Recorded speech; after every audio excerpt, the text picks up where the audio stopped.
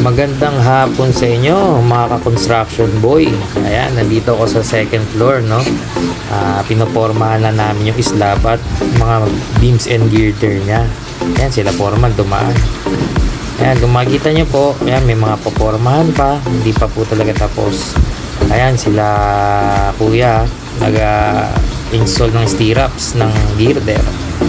Ayan, dito naman sa kabila, ayan, nagpe-prepare sila ng bottom bar, continuous bottom rebar, no. Ini-install nila kuya yan. Ayan. Kung makikita nyo naman po dito sa kabila, ayan, tapos na tong girder na to, okay na yung stirrup, spacing at yung number ng main rebar. Ayan, kung makikita nyo po, pinolik po yung forma namin, no. Kombinasyon po ng aloma. Ayan, yung makikita nyo pong aluminum na yan, aloma po ang tawag dyan. Ayan. Ayan, tingnan niyo po si kuya, patayo-tayo lang, pero pagod na yan. Ayan, lipat naman tayo kay kuyang steelman na masipag, kasi isa patayo-tayo lang. Ito, ayan, ongoing yung pag-install niya ng stirrup ng girder, no. Ayan, sipag si kuya, yung steelman. Ayan, si Engineer Jun, Engineer Jerry pala, tinitingnan kung tama yung mga ginagawa ng mga tao nila. Ayan, ayan si foreman, pinamonitor niya rin to, sinusupervise niya tong mga steelman niya na nag-install ng top rebar ng girder. Ayan, hindi lang po basta-basta yan ini-install, may schedule po yan, may schedule of beams and girder tayong sinusunod. At syempre susunod tayo sa standards na nakalagay rin naman sa plano sa Gen Notes. Makikita natin yan, no, kung paano yung lap splice length, ganyan. Marami po yan sa susunod, tatalakayin po natin yan. Sa ngayon po, panoorin po na muna natin sila kuya. Yan, lipat ulit tayo dito kay kuya, kala kuya steelman na nag-install ng stirrups. Yan, kung makikita nyo, may patyan pa si kuya kanina. Siguro gutom na, no, kaya nilalabas yun na yung tiyan niya. Hindi, joke lang. Ayan, bababa na ako. Medyo okay na.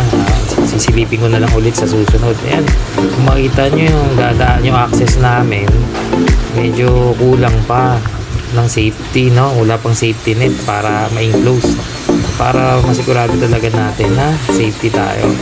Ngayon, mag-iingat na lang muna ako pagbaba. Ayan, no, medyo nakakatakot, diba? Kaya nga natakpat ko yung camera ng daliri ko, nilipat ko yung cellphone ko. Ayan, dahan-dahan lang, kaya naman. Ayan, na Spider-Man din yung galawan, no. Kailangan medyo hindi ka takot sa heights. Kaya naku, sanay na ako kasi tataas naman na building na yung nagawa namin. Kung sa mga di pala nakakala, ang trabaho ko pala rito ay videographer. Ayan, tiga-video lang ako. Ayan, tiga-picture. Ayan, ito yung mga H-frame. Ayan, si kuya gumagawa ng Japanese cake. Alam niyo yung Japanese cake? Hindi, joke lang. Ano yan? Spacer yan para hindi tumidikit yung rebar sa forma. Ayan, saka na natin papaliwanag yan pagka naka-install na sila ng slab rebar. Ayan yung forma sa taas. Ayan, ingat-ingat lang, ha. Ako may helmet ako, ha. Pagkapasok kayo sa construction, kailangan maingat kayo. Kailangan proper safety yung ang damit ng suit natin. Yun ang tinatawag na PPE, Personal Protective Equipment, ano. Ayan, ayan, dumadaan ako. Ingat-ingat lang kasi medyo maraming forma. Yan, ito yung aming surveyor. Yan, nagle-level sila, no. Siguro sinusukat nila yung height kung tama na, wala pang i-adjust. Yan, yung mga to nag-akot ng rebar pataas, sila foreman ng steelman.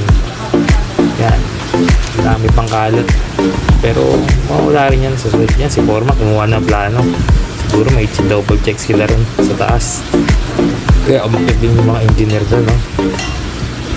Ayan, sinusukat nga nila kung tama na yung height. Okay, hanggang dito na lang, bababa na ako, punta na ako office. Paalam.